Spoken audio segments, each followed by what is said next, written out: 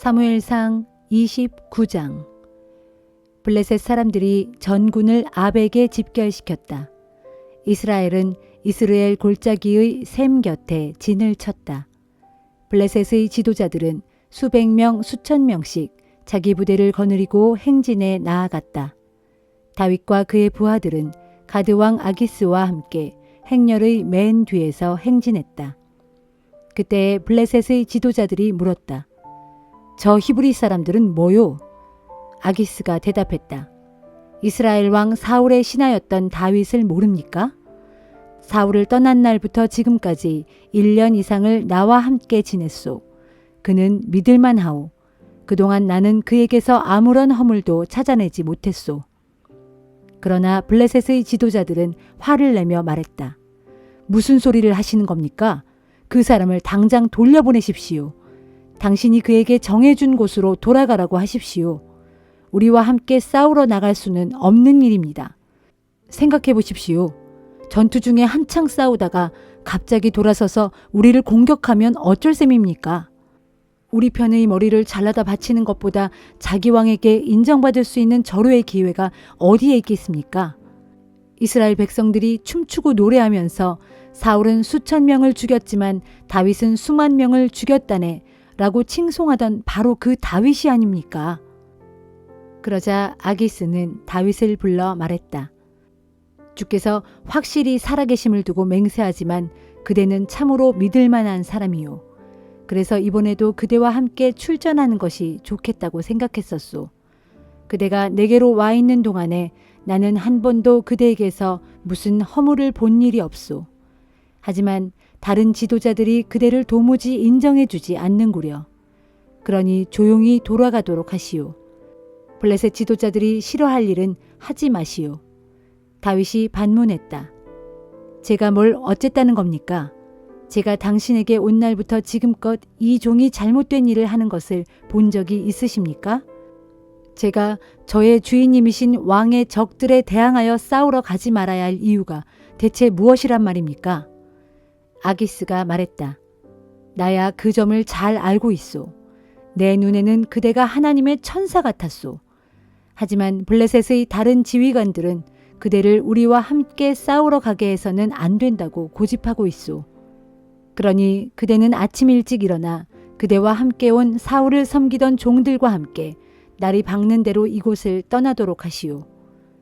그래서 다윗과 그의 부하들은 아침 일찍 일어나 블레셋 땅의 자기 성읍 시글락으로 돌아갔다. 그리고 블레셋 사람들은 이스라엘 군대가 진을 친 이스라엘 골짜기로 진군해 올라갔다.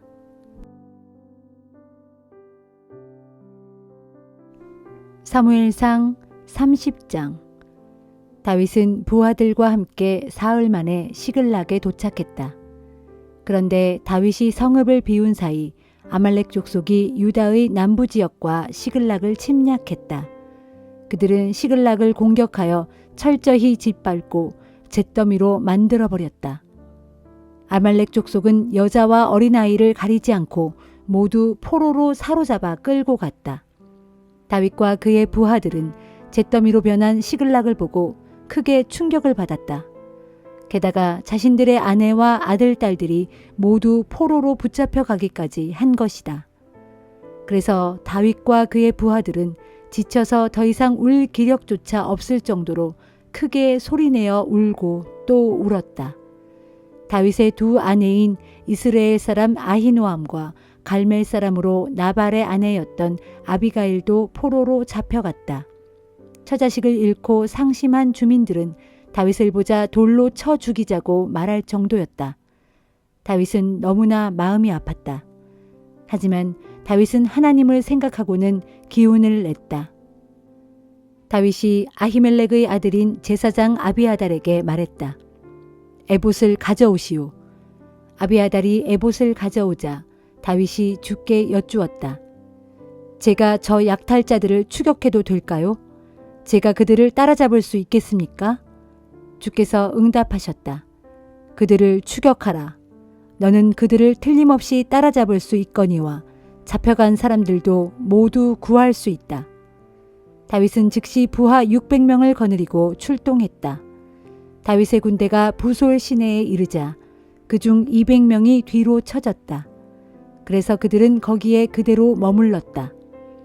그들은 너무도 지쳐서 부솔 시내를 건널 힘이 없었기 때문에 거기에 그대로 머물렀고 다윗은 400명의 부하들만 거느리고 계속 추격했다.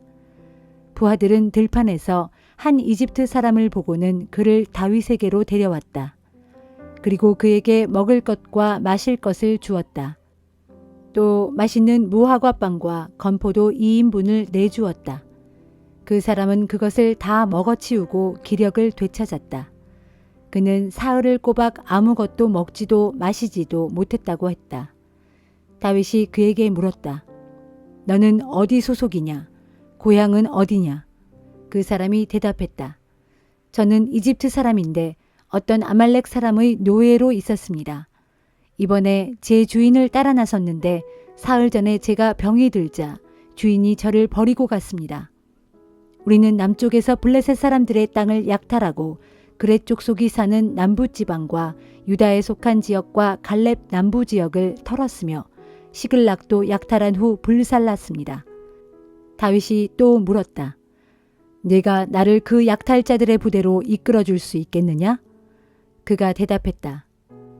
저를 죽이지 않을 것이고 제 주인에게 도로 넘겨주지도 않겠다고 하나님의 이름을 걸고 맹세해 주시면 길을 안내하겠습니다. 이리하여 그 사람은 다윗을 인도했고 다윗은 아말렉 군대를 발견할 수 있었다.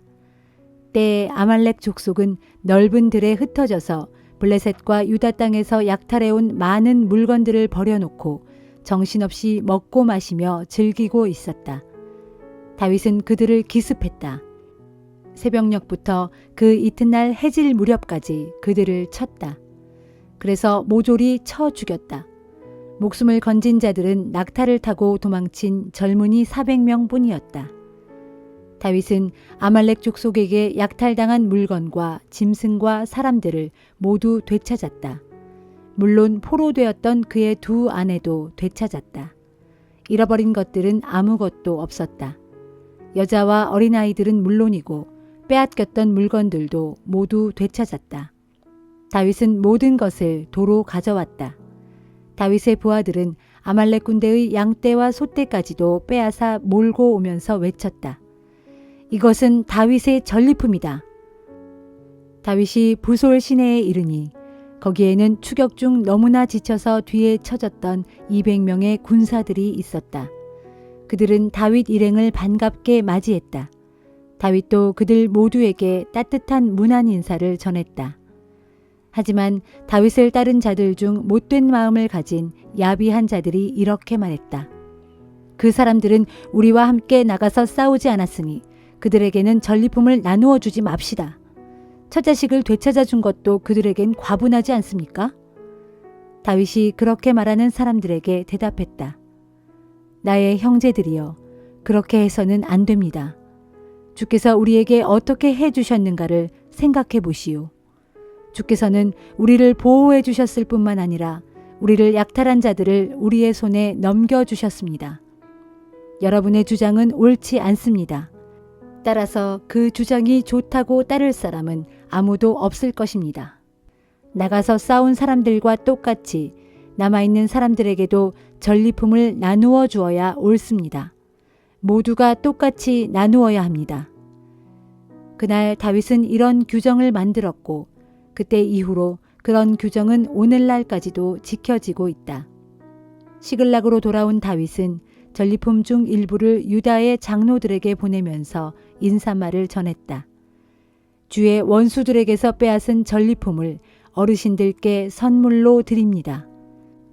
다윗이 그처럼 선물을 보낸 곳은 베델, 남방의 라못, 얏딜, 아로엘, 신못, 에스드모아, 라갈, 여라무엘 족속의 성읍들, 겐 족속의 성읍들, 홀마, 고라산, 아닥, 그리고 헤브론 등이다. 또 다윗은 자신의 부하들과 함께 드나들던 모든 지방의 유지들에게도 선물을 보냈다.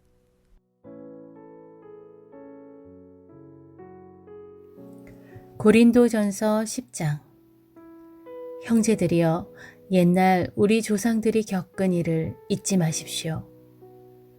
이집트의 종살이에서 해방된 후 우리 조상들은 구름의 인도를 받았고 바다 가운데를 건너갔습니다.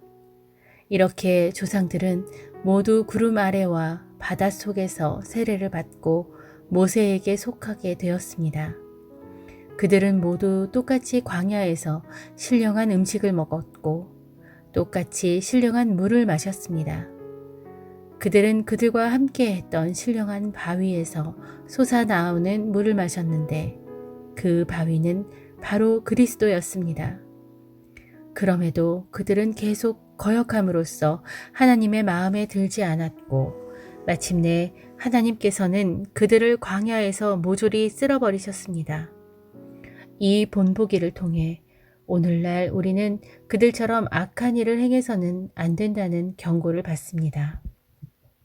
그들 중 어떤 이들은 우상 숭배자였습니다. 부디 여러분은 우상 숭배자가 되지 마십시오. 성경을 보면 우상을 섬길 때 백성들이 앉아서 먹고 마시며 일어나서 춤을 추었다라고 기록되어 있습니다. 또 그들 가운데 어떤 이들은 음란한 짓을 행하다가 하루에 23,000명이나 죽고 말았습니다. 그러므로 부디 우리는 음행하지 맙시다. 주님을 시험해서도 안 됩니다. 그들 가운데 어떤 이들은 주님을 시험하다가 뱀에 물려 죽었습니다. 또한 주님을 향해 원망하거나 불평해서도 안 됩니다. 그들 가운데 어떤 이들은 원망하고 불평하다가 하나님께서 보낸 천사들에게 멸망당하고 말았습니다. 우리 조상들에게 일어났던 이러한 일들은 모든 사람에게 본보기가 되었습니다. 또 그런 일이 기록된 것은 마지막 때를 살아가는 우리에게도 경고를 주기 위해서입니다. 그러므로 스스로 서 있다고 생각하는 사람은 넘어지지 않도록 삼가 조심하십시오. 여러분에게 주어진 시련은 모든 사람들이 다 겪는 시련입니다. 하나님께서는 신실하셔서 여러분이 감당할 수 없는 시련은 주지 않으십니다.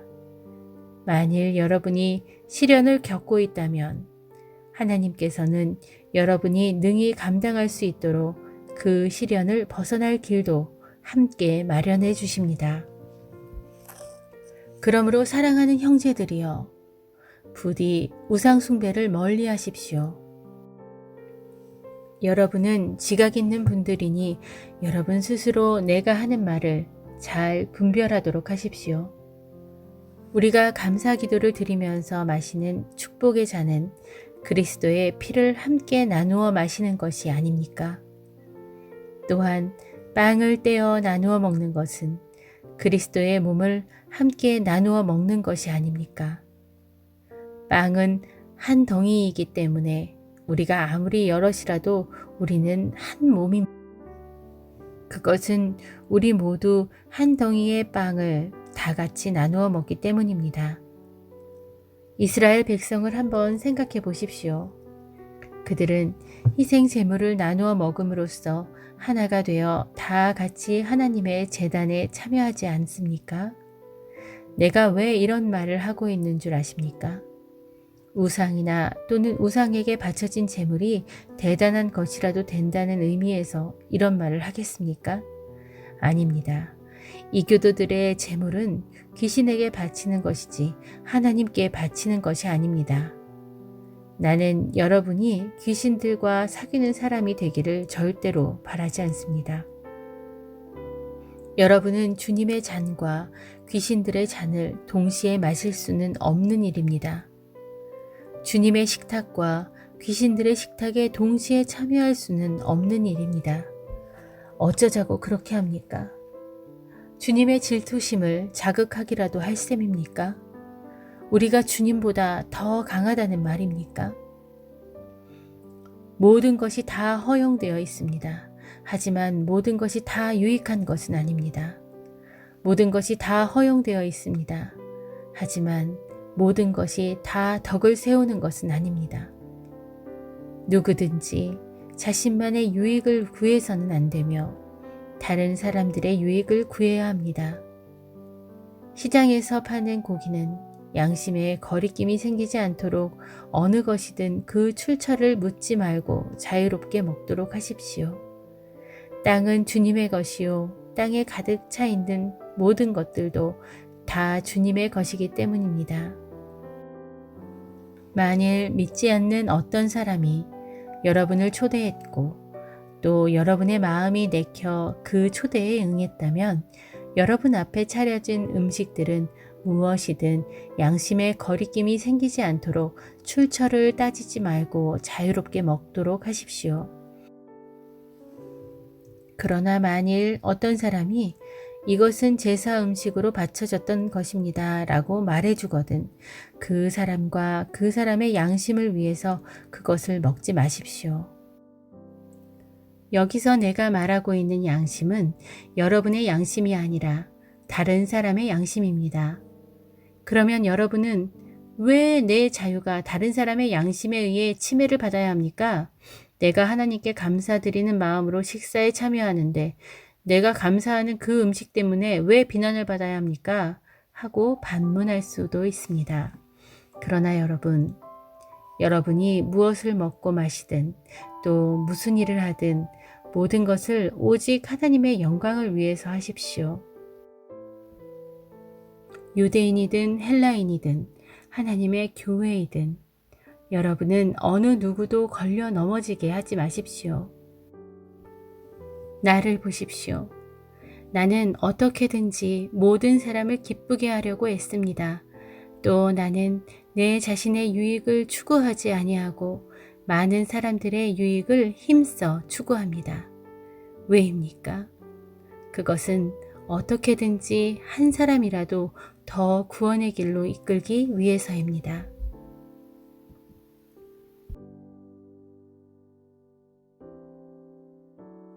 에스겔 8장.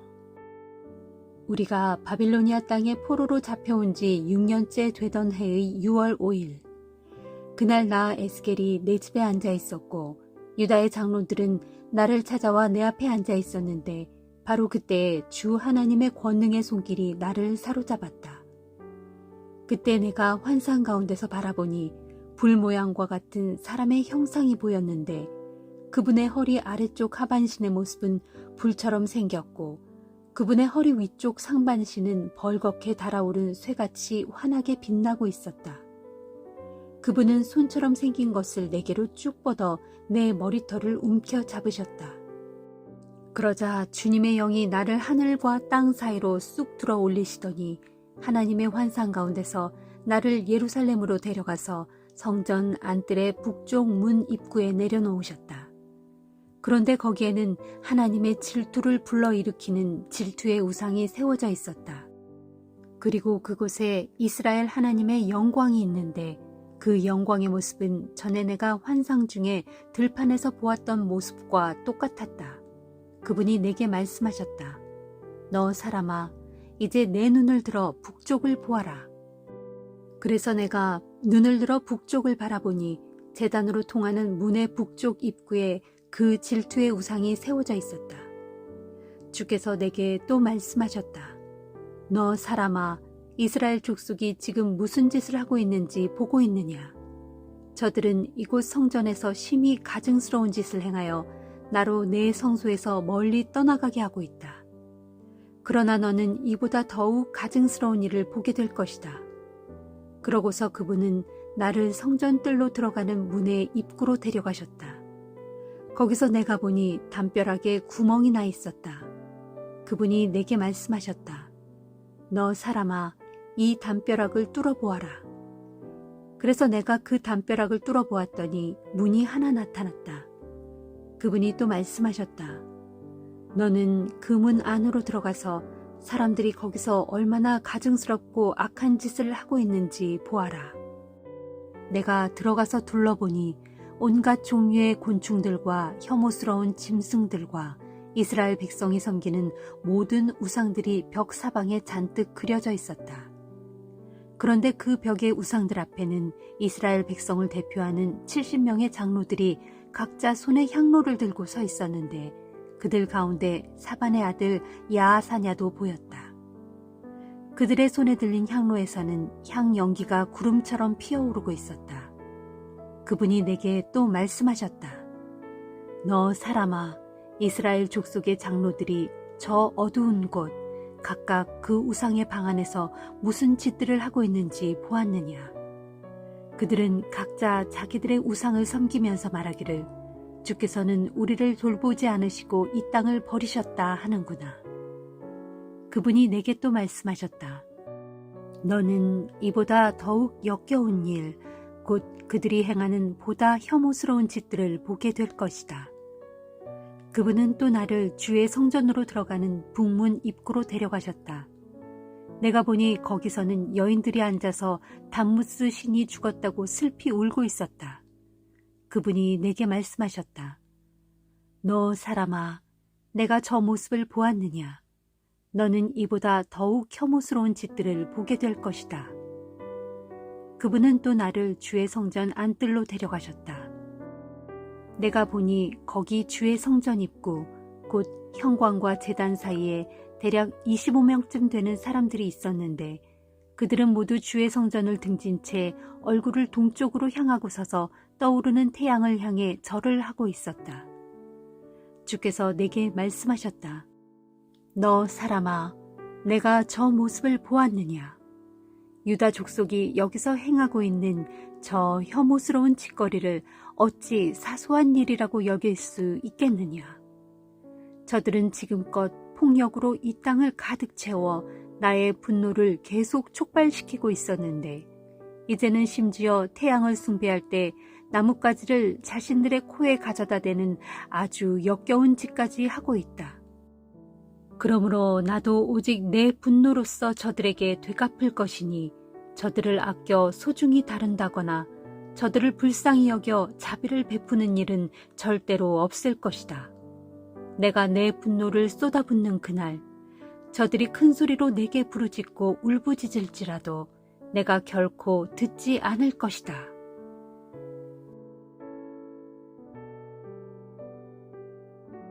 시편 46편. 하나님께서는 우리의 피난처시요 우리의 힘이시니 어려운 고비 때마다 우리에게 항상 도움을 베푸시도다. 그러므로 땅이 심하게 흔들린다 해도 산들이 바다 한가운데로 빠져 들어간다 해도 우리에게는 아무 두려움이 없도다. 바다에 거센 폭풍이 몰아쳐 사나운 물결이 일어난다 해도 그 물결이 흘러넘쳐 산들을 무너뜨린다 해도 진실로 우리에게는 아무 두려움이 없도다. 오 강이여, 강물이 흘러들어 그 물줄기가 하나님의 도성을 기쁘게 하고 지극히 높으신 이의 거룩한 집을 즐겁게 하는구나. 하나님께서 그 도성 안에 계시니 그 도성은 결코 흔들리지 않으리. 그것은 하나님께서 동틀 때부터 부지런히 도우시기 때문이도다. 세상 나라들마다 소란을 피우고 땅의 왕국들마다 흔들거려도 주께서 큰 소리로 한번 호령하시니 땅이 마구 녹아내리는구나. 만군의 주께서 우리와 함께 계시니 진실로 야곱의 하나님께서 우리의 피난처가 되시도다.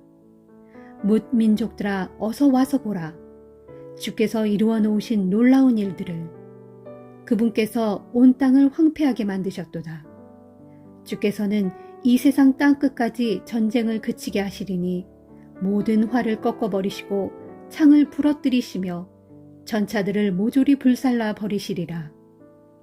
그러므로 귀 기울여 주의 음성 들어보아라. 너희는 잠잠하여라. 그리고 차분히 생각하여 내가 하나님인 줄 알라. 내가 문 민족들을 위해 더없이 높아질 것이니 온 세상 만민이 나를 드높이리라. 진실로 전능하신 만군의 주께서 우리와 함께 계시니 야곱의 하나님께서는 정녕 우리의 피난처가 되시도다. 시편 47편. 모든 민족들아 다 함께 손뼉을 쳐라. 소리 높여 하나님께 기쁨의 함성을 외쳐라. 지극히 높으신 주께서는 진실로 지엄하신 분이시니 온 땅을 다스리시는 위대한 왕이시다. 주께서는 만 백성을 우리 발 아래 엎드리게 하셨고 문나라를 우리 발 아래 무릎 꿇게 하셨다. 주께서 우리에게 살 땅을 골라주셨으니 그러므로 그분께서 사랑하시는 야곱이 큰 영화를 입었도다. 환호소리 울려 퍼지는 가운데 하나님께서 올라가신다. 나팔소리 우렁찬 가운데 주께서 올라가신다. 그러므로 하나님께 찬양의 노래를 불러라. 소리 높여 하나님을 찬양하라. 우리 왕이신 주를 찬양하여라. 하나님께서는 온 땅을 다스리시는 왕이시니 너희는 시를 지어 그분을 찬양하여라. 진실로 하나님께서는 문 나라를 다스리시는 왕이시니 그분의 거룩한 보좌에 앉으시어 온 나라를 다스리신다. 보라, 백성들을 다스리는 무통치자들이 몰려든다. 그들이 아브라함의 하나님, 곧 우리 주님의 백성이 되려고 다 함께 모였다. 세상의 모든 군왕들이 다 주께 속해 있으니 진실로 그 누가 하나님보다 더 높으랴.